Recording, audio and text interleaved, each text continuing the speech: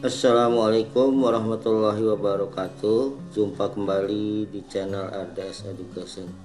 Topik pembahasan mengenai matematika diskrit dengan temanya quantifier atau kuantor dan induksi matematika. Sebelum saya lanjutkan, jangan lupa untuk selalu memberikan subscribe, like, komen, dan share-nya agar Anda mendapatkan update video terbaru dari saya. Pernyataan berkuantor ya, suatu kalimat terbuka dapat diubah menjadi suatu pernyataan menggunakan kuantor. Kuantor sendiri adalah suatu ungkapan untuk mengatakan berapa banyak. Ada dua jenis kuantor, yaitu kuantor universal atau umum. Yang kedua adalah kuantor eksistensial atau khusus. Ya. Nah, lanjutkan. Kuantor untuk universal atau umum, sebuah pernyataan dinyatakan berkuantor universal jika pernyataan tersebut menggunakan kata setiap, semua, tanpa, terkecuali, untuk semua. Kuantor universal diberi notasi ya, seperti tanda ini kita namakan kuantor X atau A, X, U ya, kita U aja ya. UX atau AX, dibaca semua X atau untuk semua X atau setiap X ya. Jadi saya ulangi, yang universal umum ini kuantor pernyataan setiap, semua, tanpa kecuali, untuk semua. Untuk eksistensial atau khusus, sebuah pernyataan dinyatakan berkuantor eksistensial jika pernyataan tersebut menggunakan kata ada di antara sebagian, salah satu, beberapa. Nah, kuantor eksistensial ini diberi notasi EX ya, atau EX nih, sebagian ya. Sebagian dibaca ada atau terdapat atau ada beberapa X ya. Oke. Saya rasa jelas ya mengenai awal ya, mengenai tentang kuantor. Baik, saya lanjutkan ya. Saya ini dulu ya untuk kuantor universal. Nah, di sini ada notasi pernyataannya. Ini dibacanya adalah untuk setiap X, karena kuantor universal tandanya seperti ini. Untuk setiap X anggota bilangan asli ya. X ditambah 3 lebih besar dari 0. Nah, ini ya. Jika ya termasuk pernyataan benar atau salah. Nah, bagaimana caranya? Maka kita harus melakukan pembuktian ya. Nah, di sini saya sudah buatkan ya. Di sini pernyataan ini bernilai benar ya, buktinya ya. Pertama, karena jika perubahan X diganti dengan setiap anggota dengan misalnya 1, 2, 3, 4, 5 dan seterusnya, maka hasilnya akan selalu lebih dari 0. Misalnya kita akan ambil contoh untuk bilangan asli yang terkecil dulu ya, X sama dengan 1, maka 1 tambah 3 sama dengan 4, dan 4 ini lebih besar dari 0 memenuhi. X2 X sama dengan 2, maka 2 tambah 3 sama dengan 5 ya, 5 memenuhi, 5 lebih besar dari 0. X sama dengan 3, maka 3 tambah 3 sama dengan 6, 6 lebih besar dari 0 memenuhi, dan seterusnya ya. Kita masukin 4, 5 itu semuanya. Jadi yang notasi untuk semua ya, semua ya, artinya setiap anggota dari B ya, bagian daripada bilangan asli ya. Nah, ini jika dilanjutkan untuk bilangan asli yang lebih besar, sudah pasti akan menghasilkan bilangan lebih dari 0. Sehingga pernyataan X tambah 3 lebih besar dari 0 berlaku untuk semua setiap X anggota bilangan asli. Jadi pernyataan tersebut bernilai benar. Oke, saya lanjutkan.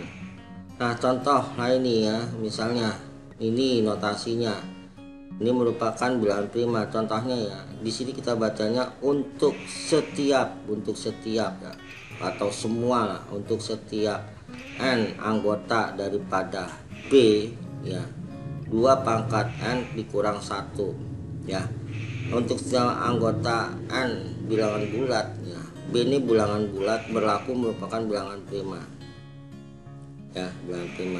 Nah, pernyataan ini bernilai salah ya, karena pernyataan tersebut tidak berlaku untuk semua n bilangan bulat. Maksudnya ada anggota bilangan bulat yang jika dimasukkan pada pernyataan akan menghasilkan bilangan prima. Nah, buktinya kita akan membuktikan bahwa salah ya, dengan cara membuktikan bahwa ada n anggota bilangan bulat yang jika dimasukkan pada pernyataan akan menghasilkan bilangan bukan prima ya. Nah, contohnya di sini ya. Baik ya, ini contohnya bilangan bulat terdiri dari misalnya minus 2, minus 1, 0, 1, 2 dan seterusnya.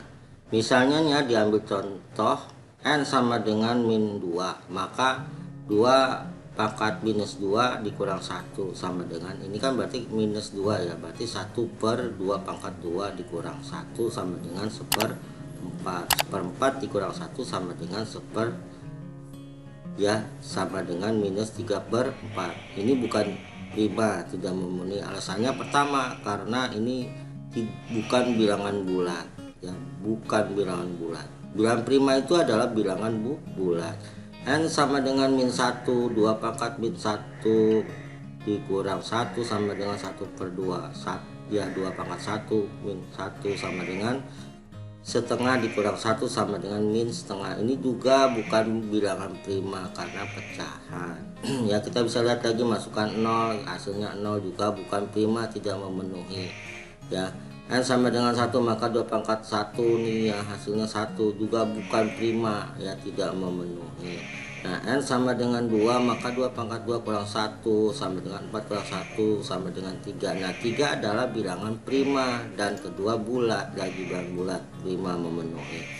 N sama dengan 3 maka 2 pangkat 3 kurang 1, 8 kurang 1 sama dengan 7, prima memenuhi. Nah, di sini dikatakan ternyata ada n anggota bilangan bulat yang jika dimasukkan pada pernyataan akan menghasilkan bilangan bukan prima, yaitu n sama dengan 1, 0, min 1, min 2. Jadi pernyataan tersebut bernilai salah. Kenapa tadi ya? Bukti itu karena kita bisa lihat ini di sininya.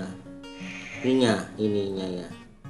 Itu untuk setiap anggota, semua anggotanya itu harus bilangan prima. Sedangkan setelah kita bukti nyata anggotanya itu ada yang bukan bilangan prima ya, maka pernyataan tersebut dianggap salah ya.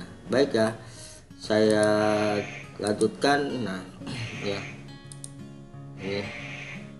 ini saya rasa cukup ya untuk yang bilangan kuantor universal.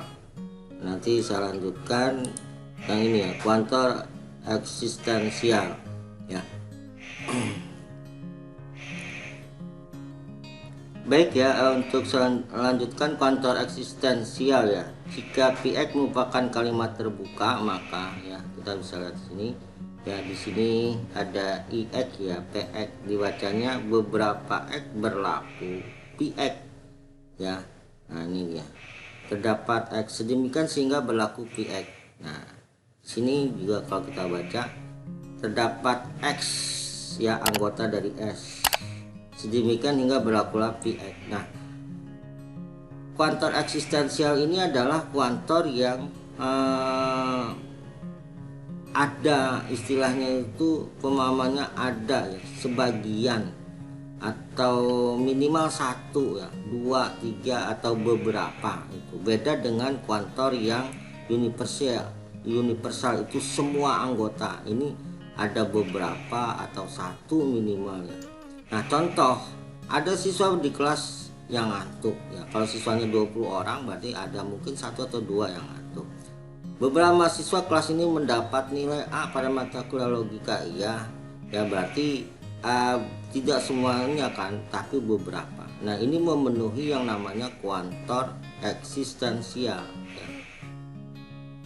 Baik ya, ini contohnya ya. Ini ya, ada anggota ya, ada anggota X ya, bilangan asli ya, A-nya asli ya, X pangkat 2 dikurang 5X tambah 6 sama dengan 0 gitu ya, sama dengan 0. Nah, pernyataan tersebut bernilai benar. Kenapa benar ya? Untuk menentukan nilai kebenaran pernyataan berkuantor eksistensial ini benar, cukup menunjukkan adanya satu himpunan semesta yang memenuhi. Ya, nih ya kita bacanya ada X anggota bilangan asli ya, A asli yang memenuhi persamaan X pangkat 2 dikurang 5X tambah 6 sama dengan 0. Kata ada artinya cukup ambil satu atau dua contoh bilangan asli yang memenuhi bilangan asli ya. A sama dengan aslinya nih bilangan asli 1, 2, 3 dan seterusnya. Kita ambil aja nih X sama dengan 1, maka kita masuk gini samaan ini ya. Kan berarti 1 pangkat 2 dikurang 5 kali 1 tambah 6 sama dengan 1 kurang 5 tambah 6 sama dengan 2. 2 tidak sama dengan 0, berarti tidak memenuhi ya. Nah, X sama dengan 2, kita ambil lagi contoh angka yang berikut 2 ya, maka 2 pangkat 2 masukin 5 kali 2 tambah 2 sama dengan 4 kurang 10 tambah 6 0. Nah, memenuhi ya, memenuhi kan 0. Nah, memenuhi. Nah, berikutnya X sama dengan 3, maka 3 pangkat 2 dikurang 5 kali 3 tambah 6 sama dengan 9 kurang 15 tambah 6 sama dengan 0, memenuhi ya, karena persamaannya hasilnya 0 ya, memenuhi. Karena dapat ditunjukkan bahwa ada X anggota bilangan asli yaitu sama dengan 2 atau X sama dengan 3 memenuhi persamaan tersebut. Paham ya sampai sini? Saya contohkan lagi ya. Nah, ini. Di sini kita bisa lihat notasi berikut. Apakah ini benar atau salah pernyataan ini ya. Nah, ini kalau kita baca terdapat X ya anggota bilangan B bulat. 2X tambah 3 sama dengan 6. Nah, pernyataan tersebut bernilai salah ya. Ini salah karena tidak ada satupun X anggota bilangan bulat yang memenuhi persamaan tersebut ya. Pembuktiannya kita langsung aja, bilangan bulat itu sama dengan berapa aja ya, dari angka minus sampai dengan angka plus itu adalah bilangan bulat selama tidak ada pecahan. Nah, kita tinggal masukin persamaannya, 2X tambah 3 sama dengan 6. Maka 2X sama dengan 6 dikurang 3 ya. Kita lihat lagi di sini ya. Ya, 2X sama dengan 3. X sama dengan 3 per 2. 3 per 2 ini adalah bilangan pecahan ya. Bilangan pecahan. Nah, ini kan tadi 2X tambah 3 sama dengan 6 ya. Nah, 2X sama dengan 6 kurang 3, 2X sama dengan 3X 3. Nah, perhatikan bahwa X sama dengan 3 bukan bilangan bulat, tapi dia bilangan pecahan. Tidak ada nilai X yang memenuhi persamaan 2X tambah 3 sama dengan 6 ya, tidak ada yang memenuhi. Jadi pernyataan tersebut bernilai salah ya, bernilai salah. Oke ya, kita bisa lihat bilangan bulat ini ya. Saya rasa itu untuk contoh kuantor eksistensial bisa dipahami ya. Ya, saya rasa. Dan saya lanjutkan ke induksi matematik. Negasi kuantor sendiri ya, di sini ada ya, ini kalau kita lihat bukan semua anggota X sama dengan ya ada anggota X gitu ya. Jadi bukan ya setiap anggota X atau semua sama dengan ada ya atau beberapa anggota X. Nah, ini kalau yang ini dibacanya ada satu anggota atau beberapa bukan ya. Ini di sini kita bacanya bukan ya anggota X ya, atau bukan beberapa anggota X sama dengan semua anggota X gitu ya. Nah, sehingga ya di sini pakai negasi ya. Di sini adalah bukan ya setiap anggota X adalah Px sama dengan ya ini ya ada satu anggota X ya, bukan Px gitu ya, bukan Px. Ini di sini ada lagi ya, contohnya di sini bukan EX ya. Ini berarti bukan satu anggota X adalah Px sama dengan di sini adalah semua anggota X bukan Px.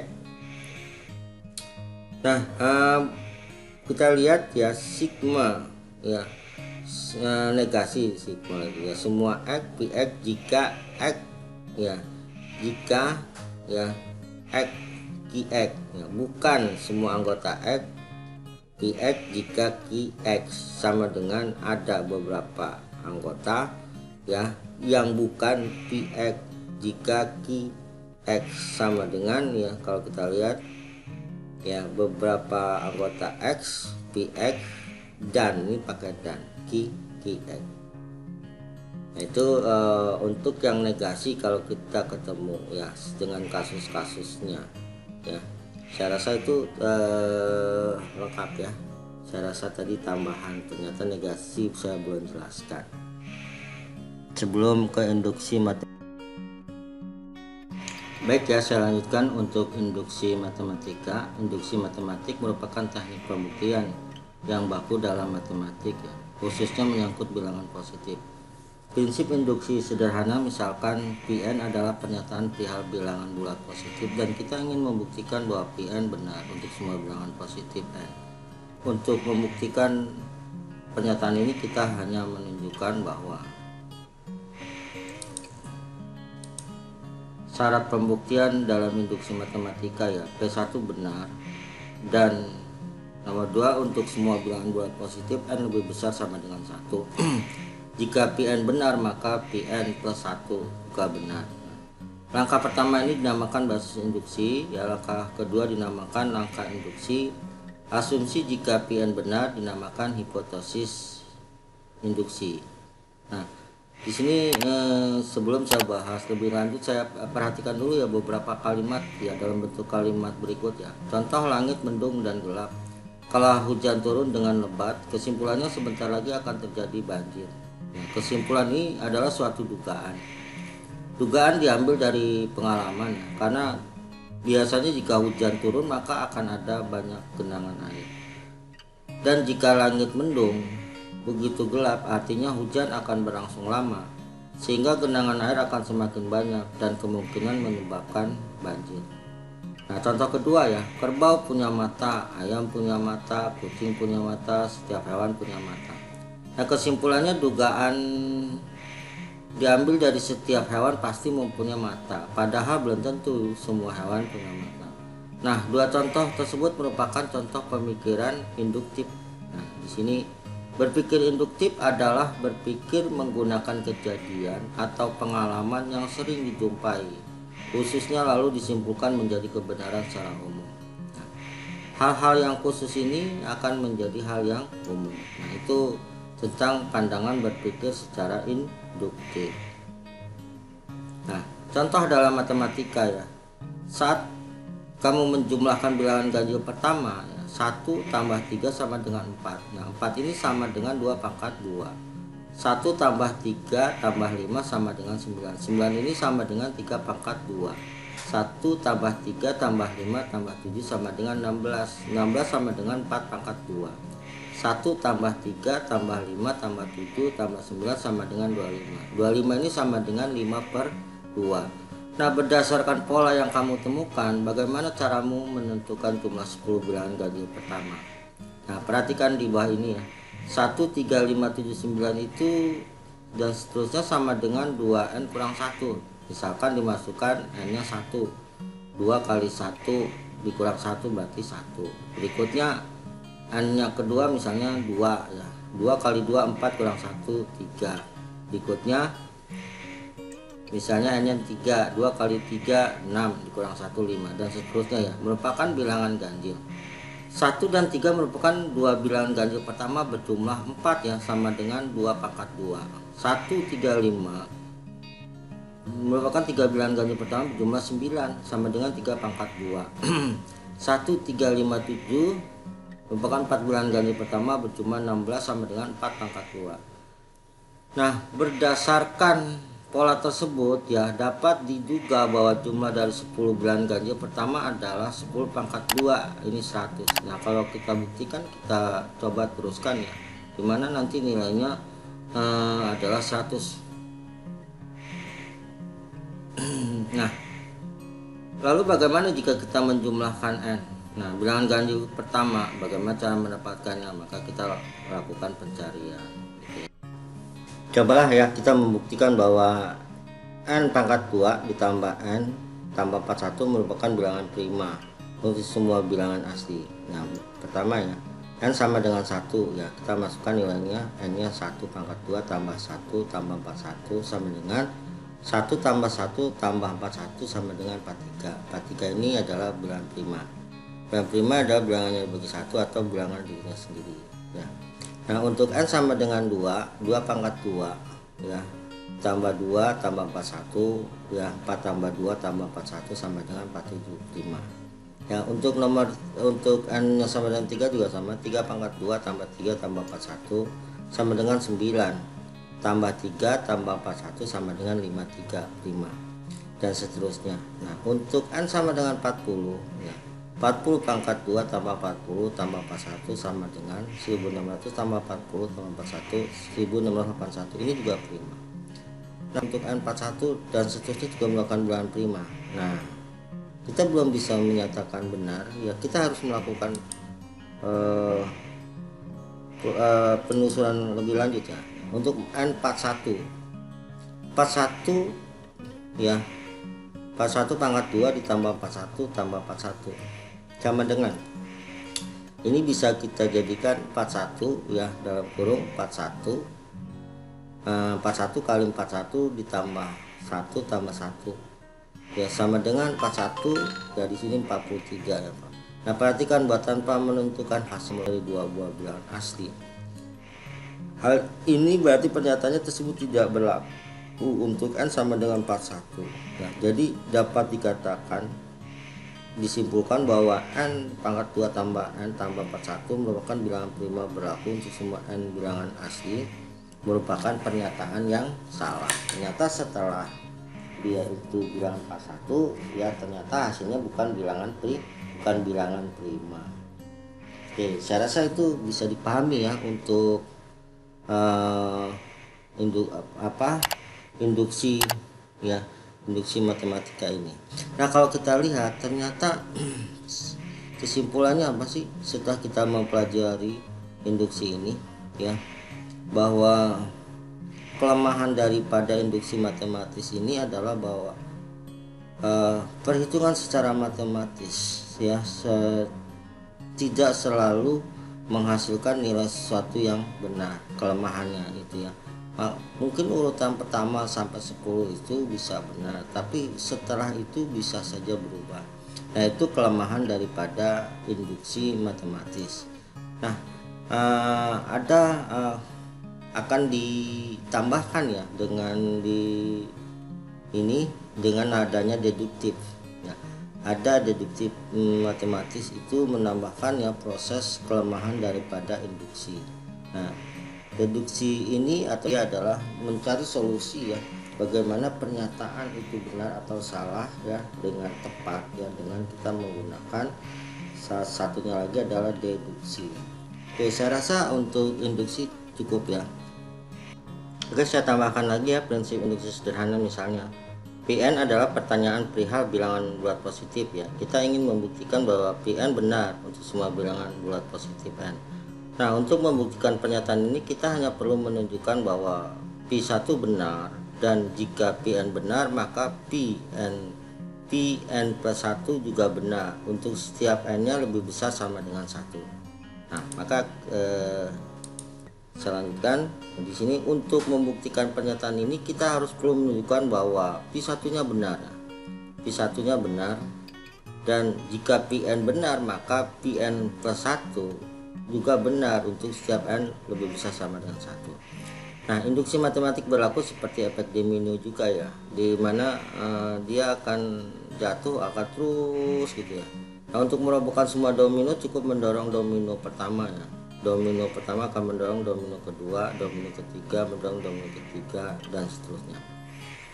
Nah, kita bisa lihat di sini ya contoh pembuktian pertama ya. Buktikan ya bahwa jumlah n bilangan bulat positif pertama adalah n ditambah 1 dibagi 2. Nah, penyelesaiannya misalkan ya PM menyatakan proposisi bahwa jumlah n bilangan positif pertama adalah n dikali n ditambah 1 ya dibagi 2, yaitu 1 tambah 2 tambah 3 seterusnya sampai n sama dengan n ya dikali N ditambah 1 dibagi 2. Kita harus membuktikan kebenaran proposisi ini dengan dua langkah induksi sebagai berikut. Kita akan melakukan uji ya, tahapan ujinya ini, apakah pernyataan ini benar ya. Nah, untuk membuktikan pernyataan ini kita harus perlu menunjukkan bahwa V1 nya benar ya, V1 nya benar. Nah, langkah pertama dinamakan basis induksi ya, sedangkan langkah kedua dinamakan langkah induksi. Nah, langkah induksi berisi asumsi, andaian ya, asumsi-asumsi atau premis-premis ya, pernyataan-pernyataan ya yang menyatakan bahwa pilihan benar. Asumsi tersebut dinamakan hipotesis induksi. Nah, hasil dari premis itu adalah konklusi atau kesimpulan gitu ya. Nah, bila kita sudah bisa menunjukkan kedua langkah tersebut benar, maka kita sudah membuktikan bahwa Pn benar untuk semua bilangan bulat positif n ya. Nah, ini kita bisa lihat di sini ya. Tadi Pn nya sama dengan 1 tambah 2 tambah 3 sampai dengan n ya. N sama dengan n tambah 1 per 2. Nah, basis induksi kita buktikan saja bahwa P nya itu 1 benar ya, karena untuk n sama dengan 1 kita peroleh, berarti kita peroleh 1 sama dengan 1. Ini kan n plus 1 ya, berarti n nya ini 1 tambah 1 ya dibagi 2 ya, berarti ini 1 kali 2 per 2, 2 per 2 adalah 1. Berarti yang V1 langkah yang pertama yaitu basis induksi ini adalah benar. Paham ya sampai sini? Yang basis induksinya ini ya, yang basis induksinya kita benar ya. Nah, saya lanjutkan di sini ya. Langkah induksi sekarang ya, misalkan Pn nya benar, yaitu asumsinya bahwa 1 tambah 2 tambah 3 sampai n sama dengan n ya dikali n plus 1 dibagi 2. Nah, adalah benar hipotesis induksi. Kita harus memperlihatkan bahwa V n plus 1 juga benar, yaitu 1 tambah 2 tambah 3 sampai n. Nah, ditambah n plus 1. Nah, ini dapat di mana? Kita menambahkan satu suku lagi, yaitu yang n nya itu sama dengan, kita ganti n ini menjadi n plus ya, kita tambahkan satu suku ya, maksudnya n ditambah dengan satu sukunya ini n plus 1 sama dengan ya, sama dengan di sini adalah n ini ya sama dengan n plus 1, kita ganti yang n ini jadi n plus 1 ya,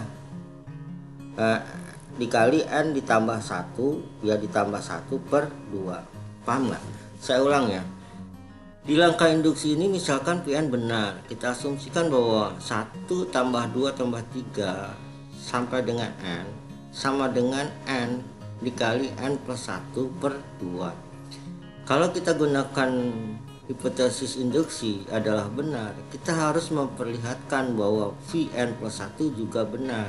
Nah, di sini ya untuk proporsinya ya, 1 tambah 2 tambah 3 sampai tambah n, maka kita tambahkan satu suku lagi, yaitu adalah n plus 1 ya, sama dengan yang ini ya. Nah, sama dengan yang n ini berarti adalah n plus 1 dikalikan oleh n plus 1 dibagi 2. Nah, itu langkah induksi kedua. Nah, untuk membuktikan ya, kita tunjukkan bahwa 1 tambah 2 tambah 3 tambah sampai dengan n ditambah n ditambah 1 ya. Maka kita lakukan proses manipulasi aljabar ya. Kita bagi dua bagian ya. Yang pertama adalah posisi dari 1 tambah 2 tambah 3 sampai dengan n. Yang berikutnya adalah ditambah n plus 1. Nah, sampai sini. Pada saat proses aljabar manipulasi ini ya, menurut hipotesisnya adalah n ya dikali n ditambah 1 dibagi 2. Nah, tadi ya, maka n dikali n plus 1 dibagi 2. Maka di sini kita tuliskan ya, kita tuliskan di sini adalah kurung buka, kurung tegak lurus, n ya, kurung n dikali n plus 1 dibagi 2 ya, kurung tutup, ditambah dengan ini ya, yang ini yaitu n ditambah 1. Nah berikutnya yang kedua, karena ada suku yang sama yaitu n plus 1, maka kita keluarkan dari area yang ini, yaitu di sini adalah n ditambah 1 ya, karena sama ya, jadi 1 karena sukunya sama nih ya, jadi dikeluarkan n ditambah 1 ya. Di sini berarti tinggal n per 2 ya, n per 2 ya, berikutnya ditambah 1 ditambah 1. Nah berikutnya sama dengan ya, ini tadi n plus 1 tambah ya, ini penyebutnya samakan ya, 1 berarti ini sasinya 2 per 2 ya, 2 per 2. N kan kalau 1 berarti 2 per 2 adalah 1, n bagi 2 ditambah 2 per 2. Oke, kita lihat lagi di sini ya, n plus 1 ya, n plus 1 ya dikalikan sama saja n plus 1 dikalikan n plus 2, yaitu dibagi 2. Sampai sini paham ya? Sama juga adalah ini ya, n ya kan n plus 2 dibagi 2 ya, dari yang ini ya, dari yang ini n per 2 ditambah 2 per 2 sama juga ya n plus 2 ya dibagi 2. Maka kita bisa lihat n plus 1 ya sama n plus 1 kurung buka, ini kan sama aja, n plus 2 per 2 itu n nya 1 ya misalnya. Jadi kita bisa lihat n plus 1 ditambah 1 ya, jadi ini 2, jadi n plus 1 ditambah 1 per 2.